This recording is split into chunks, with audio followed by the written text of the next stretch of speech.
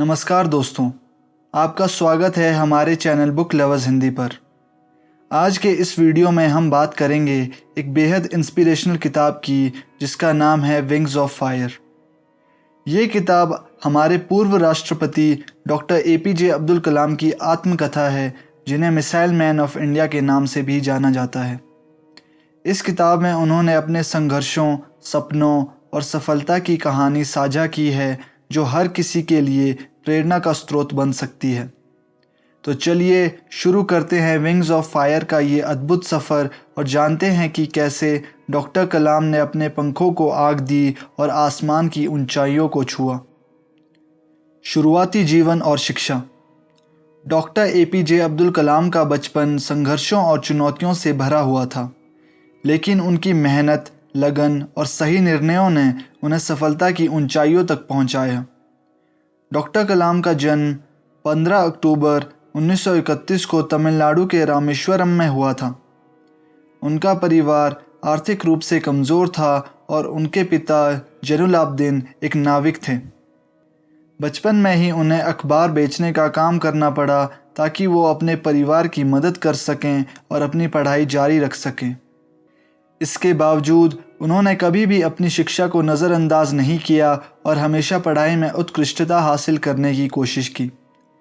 रामेश्वरम जैसे छोटे शहर में विज्ञान और तकनीक की सुविधाएं उपलब्ध नहीं थी, लेकिन उनके पास किताबें पढ़ने और नई चीज़ें सीखने का जुनून था, जिसने उन्हें हमेशा आगे बढ़ने के लिए प्रेरित किया। डॉक्टर कलाम ने अपनी प्रारंभिक शिक्षा रामनाथपुरम में पूरी की और फिर तिरुचिरापल्ली के सेंट जोसेफ कॉलेज से भौतिक में ग्रेजुएशन किया। इसके बाद उन्होंने मद्रास इंस्टीट्यूट ऑफ टेक्नोलॉजी यानी MIT से एरोस्पेस इंजीनियरिंग की पढ़ाई की। ये निर्णय उनकी सफलता की दिशा में पहला बड़ा कदम था। उन्होंने अपने बचपन से ही एक वैज्ञानिक बनने का सपना देखा और अपने सपनों को साकार करने के लिए कड़ी मेहनत की। उनके सपनों और लक्ष्यों ने उन्हें हमेशा आगे बढ़ने के लिए प्रेरित किया। अपने संघर्षों के बावजूद उन्होंने कभी हार नहीं मानी। उनकी मेहनत और धैर्य ने उन्हें भारतीय अंतरिक्ष अनुसंधान संगठन यानी इसरो और रक्षा अनुसंधान और विकास संगठन यानी DRDO में महत्वपूर्ण पदों पर पहुंचाया। भारतीय अंतरिक्ष कार्यक्रम में भूमिका। डॉक्टर APJ अब्दुल कलाम का भारतीय अंतरिक्ष कार्यक्रम में महत्वपूर्ण योगदान रहा है।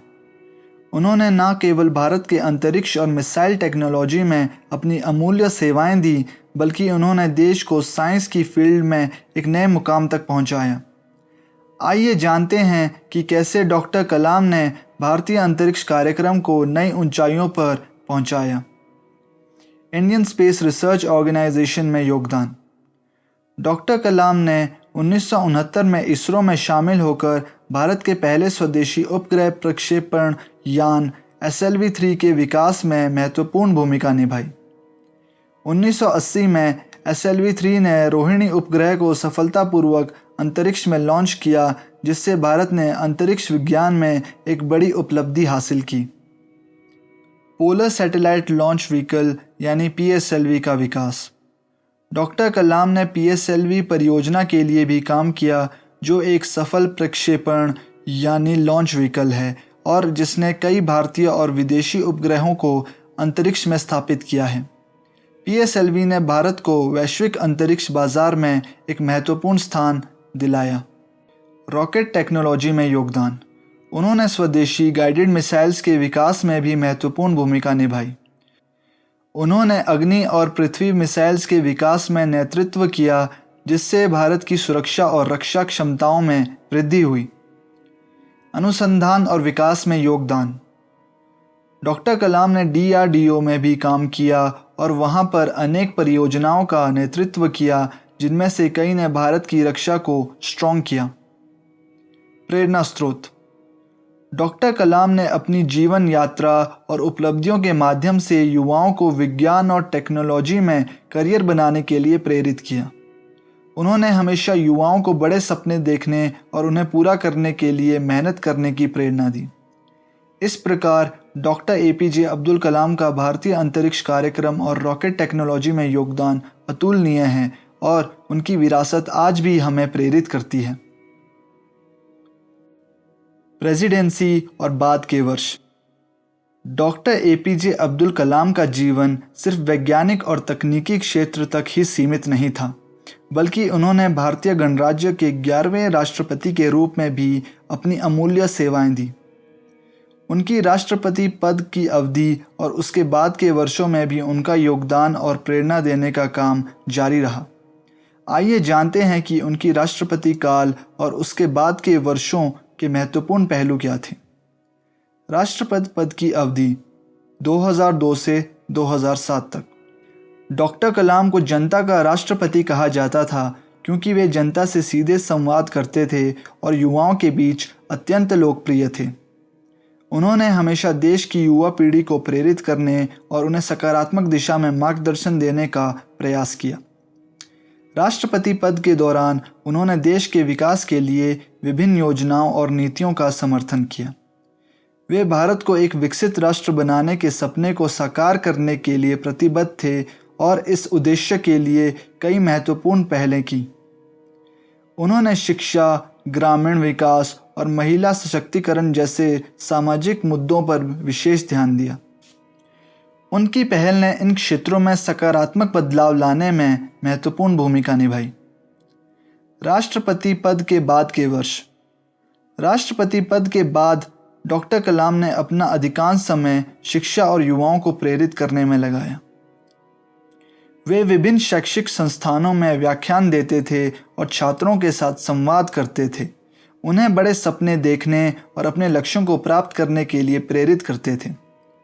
उन्होंने अपने विचारों और अनुभवों को साझा करने के लिए कई किताबें लिखी, जिनमें से कुछ प्रमुख हैं wings of fire, ignited minds, India 2020 और माई जर्नी।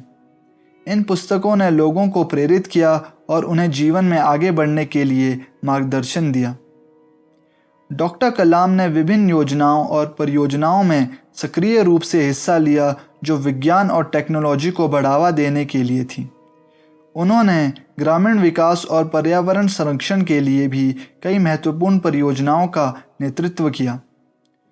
उनके योगदान और सेवाओं के लिए उन्हें कई राष्ट्रीय और अंतर्राष्ट्रीय पुरस्कारों से सम्मानित किया गया।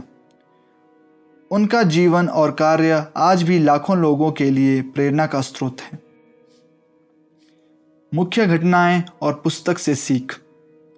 डॉक्टर एपीजे अब्दुल कलाम की आत्मकथा विंग्स ऑफ फायर उनके जीवन का विस्तृत और इंस्पिरेशनल वर्णन करती है। इसमें उन्होंने भारत के मिसाइल मैन और 11वें राष्ट्रपति बनने तक की यात्रा को सारांशित किया है। ये पुस्तक उनके व्यक्तिगत संघर्षों, पेशेवर उपलब्धियों और दृढ़ इच्छा शक्ति के महत्वपूर्ण अंशों को दिखाती है।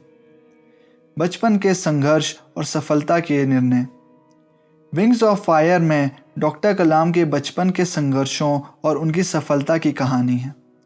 एक युवा आयु से ही अब्दुल को आर्थिक कठिनाइयों का सामना करना पड़ा, जिससे उन्हें अपनी शिक्षा में मुश्किलें आईं। उन्होंने अखबार बेचकर अपने परिवार की मदद की और अपनी पढ़ाई जारी रखी। उनकी सहनशीलता और आत्मनिर्भरता ने उन्हें आगे बढ़ाया, भले ही उन्हें छात्रवृत्ति से इनकार किया गया हो। भारत के अंतरिक्ष और रक्षा कार्यक्रम में भूमिका। डॉक्टर कलाम के योगदान भारत के अंतरिक्ष और रक्षा कार्यक्रमों में महत्वपूर्ण है। उन्होंने IGMDP के तहत अग्नि और पृथ्वी मिसाइल परियोजनाओं का नेतृत्व किया।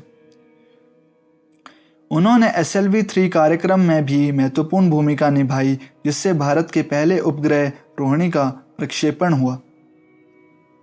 उनकी वैज्ञानिक निष्ठा ने भारत को वैश्विक मंच पर एक महत्वपूर्ण खिलाड़ी बनाया। नेतृत्व और विजन।